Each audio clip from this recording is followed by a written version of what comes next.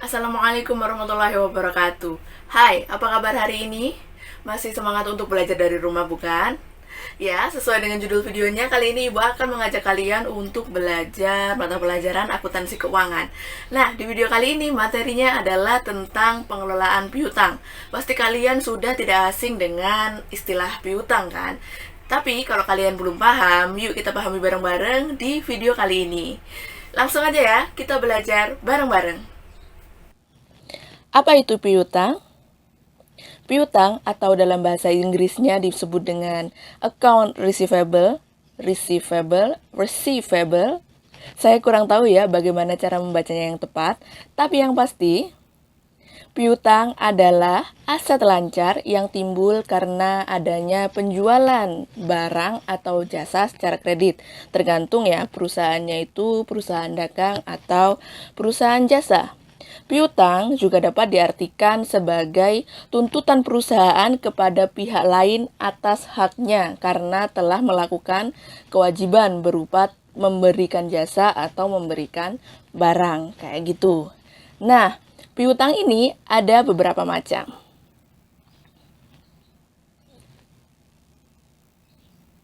Yang pertama adalah piutang usaha atau piutang dagang. Sesuai dengan namanya, yang pasti piutang ini timbul karena adanya penyerahan jasa secara kredit ataupun penyerahan barang secara kredit. Yang kedua adalah piutang wesel. Bedanya dengan yang piutang yang pertama adalah kalau piutang yang pertama itu dilakukan tanpa perjanjian tertulis. Kalau piutang wesel itu seluruh transaksinya dilakukan dengan perjanjian tertulis berupa kesanggupan membayar itu kapan, seperti surat pernyataan kayak gitu. Nah, yang terakhir itu ada piutang lain-lain. Sesuai dengan namanya ya, piutang lain-lain. Berarti piutang ini adalah piutang selain piutang usaha, piutang dagang, dan selain piutang wesel. Apa aja? Yang pertama, ada piutang karyawan. Piutang karyawan timbul ketika karyawan melakukan kasbon.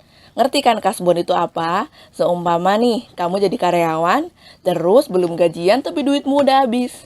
Nah, kamu pinjam uang perusahaan kan? Nah, itu sama perusahaan dicatat sebagai piutang karyawan. Lalu ada piutang dividen. Dividen itu adalah laba yang dibagikan, kayak gitu. Seumpama sebuah perusahaan itu memiliki saham di perusahaan A. Jadi ini perusahaannya ini punya saham di perusahaan A. Nah, dia punya hak atas dividen tersebut. Tetapi perusahaan A itu belum bayar-bayar dividennya, padahal seharusnya udah dibayar. Nah, itu sama perusahaan yang bersangkutan, bukan perusahaan A ya, itu dicatat sebagai piutang dividen. Uang muka pembelian. Jadi, ketika kita mau beli barang dan kita ngasih uang muka dulu, tetapi barangnya belum diterima, itu namanya adalah uang muka pembelian. Uang muka pembelian adalah termasuk piutang. Pada video kali ini kita akan fokus pada pengelolaan piutang dagang. Oke? Nah, lanjut ke materi selanjutnya.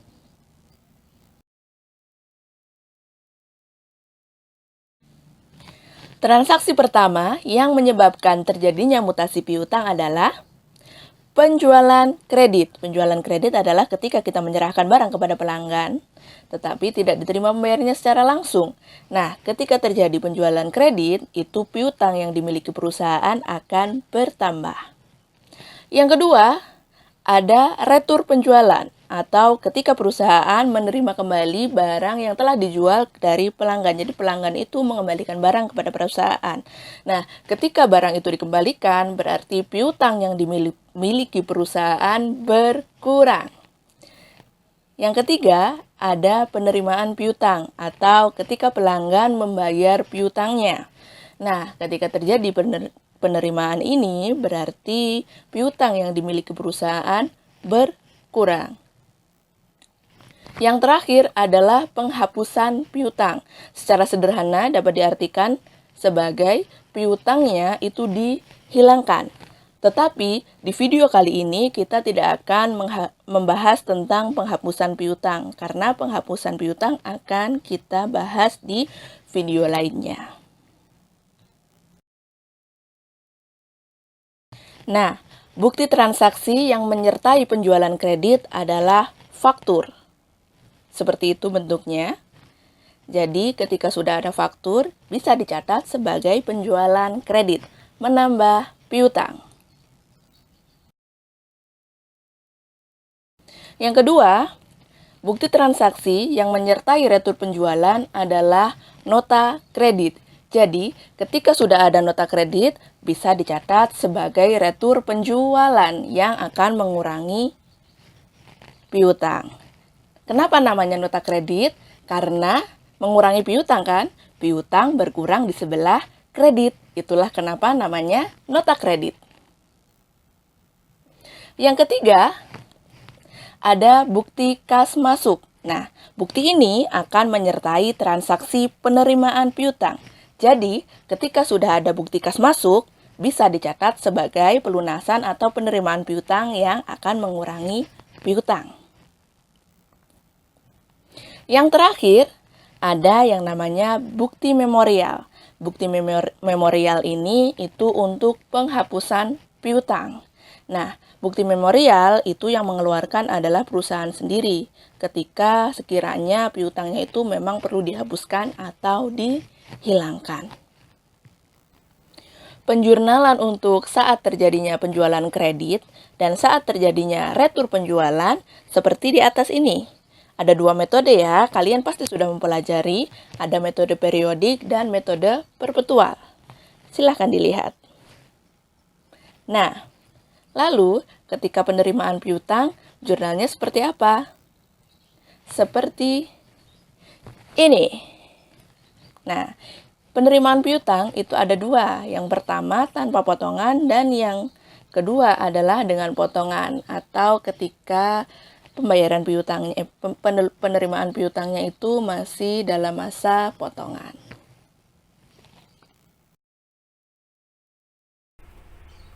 Dalam pengelolaan piutang ada yang namanya kartu piutang. Apa sih kartu piutang itu?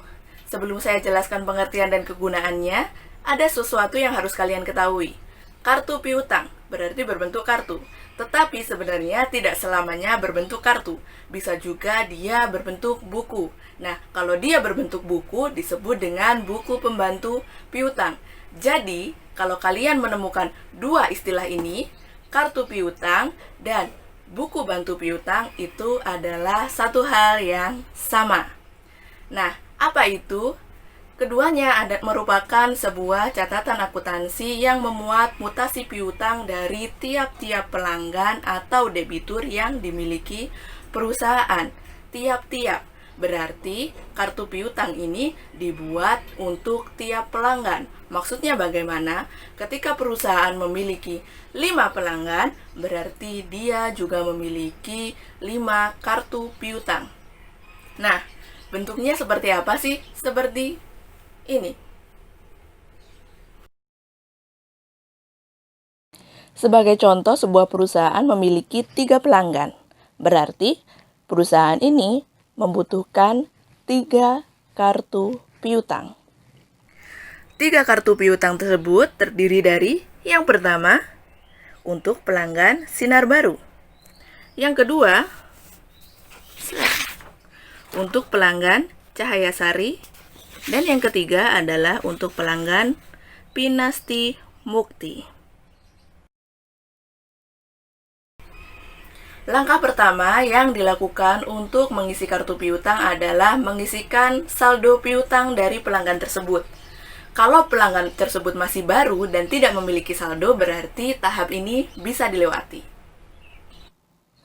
Misal sebuah perusahaan, saldonya itu dari tiap-tiap debitur seperti ini. Yuk kita masukkan bareng-bareng. Nah, yang pertama kita masukkan saldonya Sinar Baru. Untuk memasukkan saldo, tanggalnya selalu memakai tanggal awal bulan. Seumpama Januari tanggal 1. Nomor bukti tidak ada karena saldo keterangannya ditulis dengan saldo awal. Lalu, besar saldonya dimasukkan ke dalam kolom saldo sebelah debit. Kenapa debit? Karena saldo piutang berada di sebelah debit sebesar 38.400.000 rupiah. Lakukan hal yang sama untuk PT Cahaya Sari dan juga Pinasti Mukti. Nah, setelah itu, apa sih langkahnya? Tahap yang kedua yaitu memasukkan transaksi-transaksi mutasi piutang terkait dengan pelanggan tersebut urut sesuai dengan tanggalnya. Nah, kapan ini dilakukan? Jadi, urutannya adalah membuat jurnal terlebih dahulu atas transaksi tersebut, barulah dari jurnal tersebut dimasukkan ke dalam kartu piutang. Sebagai contoh, transaksi yang pertama ada penerimaan piutang dari toko Pinasti Murni sebesar 14 juta dengan bukti penerimaan kas nomor 101. Yuk kita coba masukkan bareng-bareng. Langkah pertama yang harus dilakukan adalah membuat jurnal. Hap. Tanggal 3 Januari penerimaan, berarti di sini kas, lalu di sini piutang. Dagang. Sebesar 14 juta.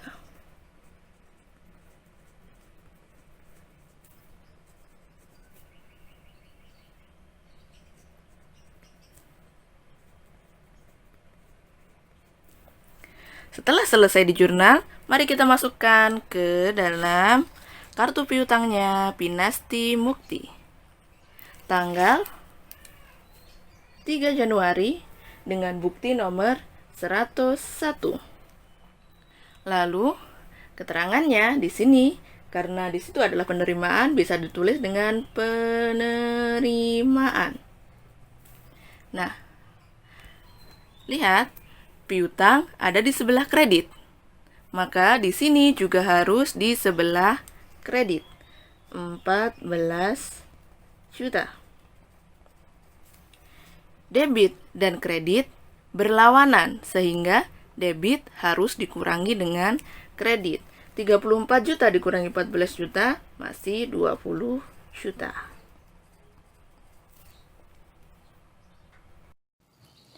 Contoh yang kedua, semisal ada transaksi penjualan kredit kepada toko Pinasti Mukti seharga 16.850.000 dengan faktur nomor 351. Yuk kita coba masukkan bareng-bareng. Langkah pertama, membuat jurnalnya. Tanggal 4. Transaksinya adalah transaksi penjualan kredit. Maka di sini ada piutang, P, dagang, dan penjualan sebesar 16.850.000.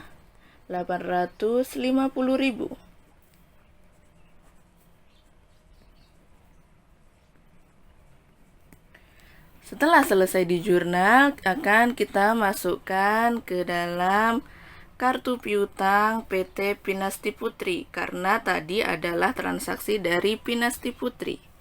Lalu di sini diberi tanggal 4 dengan bukti nomor 351. Ditulis penjualan. Karena di sini piutang di sebelah debit, maka mutasinya juga dimasukkan di sebelah debit.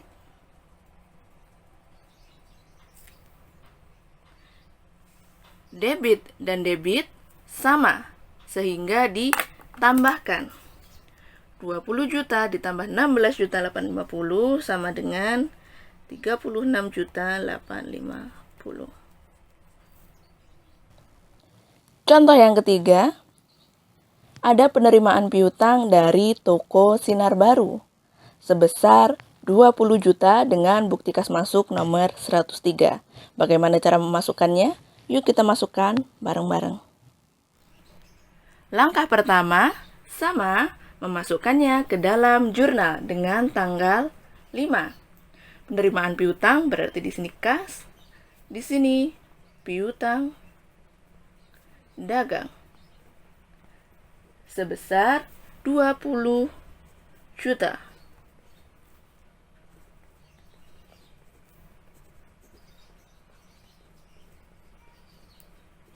Setelah di sini, maka akan kita masukkan ke dalam kartu piutang PT Sinar Baru, karena tadi adalah transaksi dari PT Sinar Baru.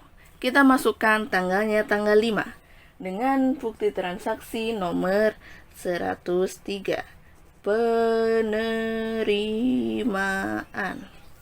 Lalu karena di sini piutang di sebelah kredit, maka di sini juga harus ditulis di sebelah kredit. Sebesar 20 juta.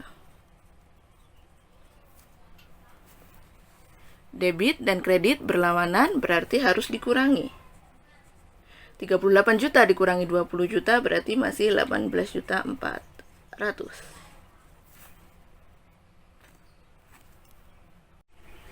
Nah, itulah kira-kira itu contoh bagaimana cara memasukkan transaksi piutang ke dalam jurnal lalu ke dalam kartu piutang. Jadi udah tahu kan tahapannya bagaimana. Yang pertama itu di jurnal sesuai dengan transaksinya. Kalau penjualan kredit ya penjualan kredit, retur ya retur, penerimaan ya penerimaan, penghapusan ya penghapusan. Lalu setelah di jurnal langsung dimasukkan ke dalam kartu piutang. Ingat, nominal yang dimasukkan ke dalam kartu piutang adalah nominal yang ada di akun piutang dagang. Jadi, seumpama dalam jurnal piutang dagangnya itu 20 juta, berarti nominal yang dimasukkan ke dalam kartu piutang juga 20 juta. Yang perlu diperhatikan juga adalah kalau di dalam jurnal piutangnya berada di posisi debit, berarti mutasi di kartu piutang juga harus di posisi debit. Kayak gitu. Begitu seterusnya sampai selesai. Dan karena kartu piutang ini tidak ada balance antara debit kredit ya, jadi cukup dihitung saldonya seperti tadi. Jadi tidak ada kebalansan di dalam kartu piutang. Oke, nah bagaimana belajar hari ini? Kalian sudah paham kan bagaimana pengelolaan piutang dari sebuah perusahaan? Kalau masih ada yang belum paham, silahkan tanya ibu ya. Silahkan menghubungi ibu dan bertanya dengan sopan. Oke, cukup sekian ya untuk video kali ini. Ibu harap kalian selalu jaga kesehatan, jangan keluar rumah kalau tidak ada perlu, dan kalau bisa minum vitamin dan olahraga ya. Cukup sekian untuk video kali ini. Saya akhiri. Wassalamualaikum warahmatullahi wabarakatuh. Bye-bye.